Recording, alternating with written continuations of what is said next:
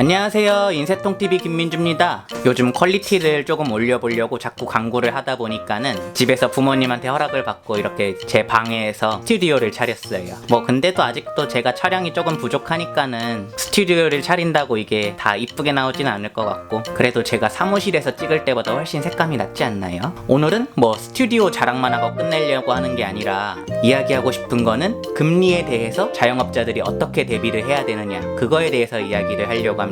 이 금리에 대해서는 저보다는 저희 아버지가 많이 아시니까는 이번에 아버지랑 인터뷰를 하는 식으로 해서 설명을 드리도록 할게요.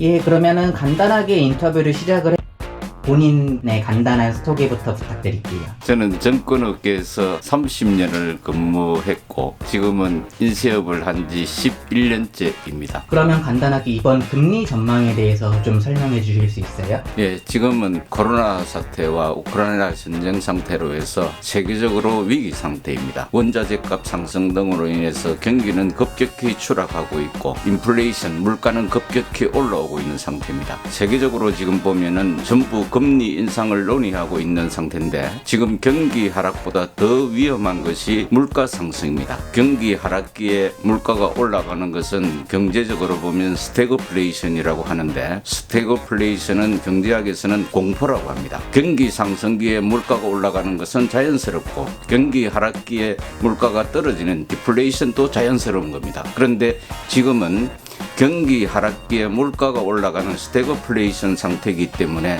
각국에서는 경기 하강보다 더 집중하고 있는 것이 물가 상승입니다. 물가 상승을 잡으려면은 그동안 많이 돈을 풀었던 걸 갖다가 돈을 도로 회수하는 것밖에 없습니다. 회수하려면은 금리 인상이라는 정책밖에 없습니다. 금리 인상이 어떤 큰 공포를 갖다가 몰고 오느냐. 예를 들어서 지금 아파트 5억짜리를 3억 대출을 받았는데 지금은 금리가 2, 3%다 해가지고 그 이자가 아무것도 아닌 것처럼 생각이 되지만, 시중금리가 10% 이상이 됐다고 가정을 할 경우에 내년이 되면은 분명히 시중금리가 10%가 넘었을 텐데 10%가 됐을 경우에 이자만 3천만 원 이상 갚아야 되는 상황입니다. 그러면은 참으로 견디기 어려운 상황이 됩니다. 금리 상승에 대한 대비가 철저히 필요하다고 생각합니다. 그러면은 자영업자로서 아니면은 소상공인으로서 살아남을 수 있는 방법을 제시해 주실 수 있나요? 금리 인상기에는 경제학에서는 요약을 하면은 몸짓을 줄이라고 하고 있습니다. 즉 자산을 팔아서 부채를 줄이라고 하고 있습니다. 자산이 돈을 많이 풀어가지고 돈의 가치가 떨어지면서 자산 버블이 일어나가지고 자산 가치가 폭등하는 현상이 일어났는데, 돈을 회수를 하면은 그 버블이 꺼지면서 자산 가격은 폭락을 합니다.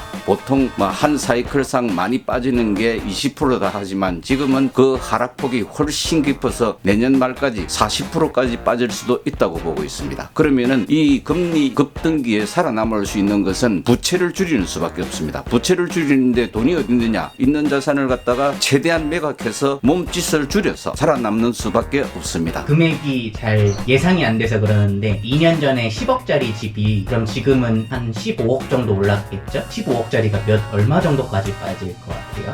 15억에서 올라온 5억은 버블로 인해서 다 꺼지고 거기서 하락폭이 20%가 나올 수도 있다. 그러니까 8억까지도 빠질 수 있다. 그러면 15억에서 8억이면은 거의 반토막이 나는 건데, 일본에 잃어버린 20년을 갖다가 실제 일어난 상황이 어떠냐면은 평균 50%가 하락을 했습니다. 잃어버린 20년 불과 오래전 얘기가 아닙니다. 1990년에 시작해서 2010년 동안 그 20년을 갖다가 잃어버린 일본의 20년이라고 하는데 그 하락폭이 평균 50%였습니다. 그러면 지금 또 우리가 올라간 것은 코로나 때문에 돈을 많이 풀었기 때문에 돈의 가치가 떨어지면서 자산 가격이 많이 올라간 것인데, 그걸 갖다가 올랐다고 생각을 하지 말고 원래 있던 10억에서 추가 하락이 나올 수 있다, 이렇게 판단을 하시는 게 맞습니다. 자영업자 중에 가장 예를 들기 쉬운 게 1층에서 영업을 하는 음식점들이 가장 쉬우니까는 예를 들어볼게요. 1층의 음식점들은 어떻게 대비를 해야 되나요?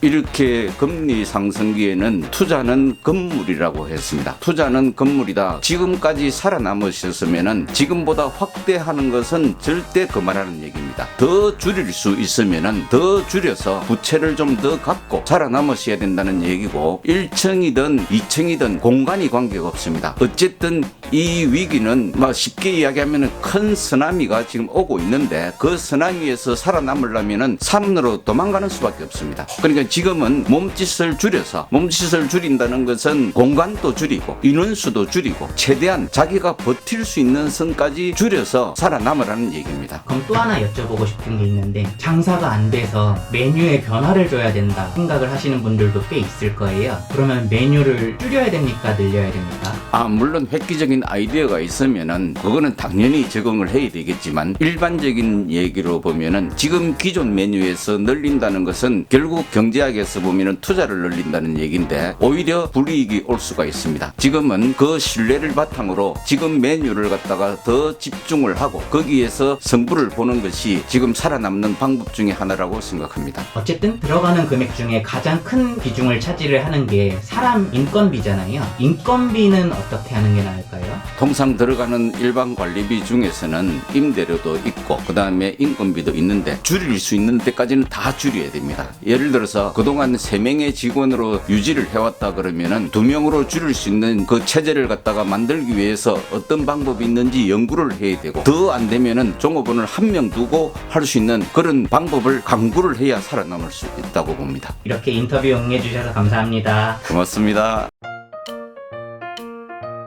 오늘 아버지랑 금리에 대해서 인터뷰를 했는데 자영업자나 소상공인들한테 크게 도움이 될지는 모르겠어요. 저라도 반발부터 나올 거예요. 힘들게 2년간을 참았지만 더 참으라니. 저희 인쇄업에서도 항상 하는 말이 인쇄업 시장에서 미래를 전망할 때 좋다고 이야기를 해본 적이 한 번도 없다고 그렇게 이야기를 하시더라고요. 그래도 완전히 모르고 대응을 하는 것하고 어느 정도 알고 대응을 하는 거하고는 나중에 겪은 후에 돌아보시면은 훨씬 더 도움이 될 겁니다. 오늘 영상은 여기까지 할게요. 감사합니다.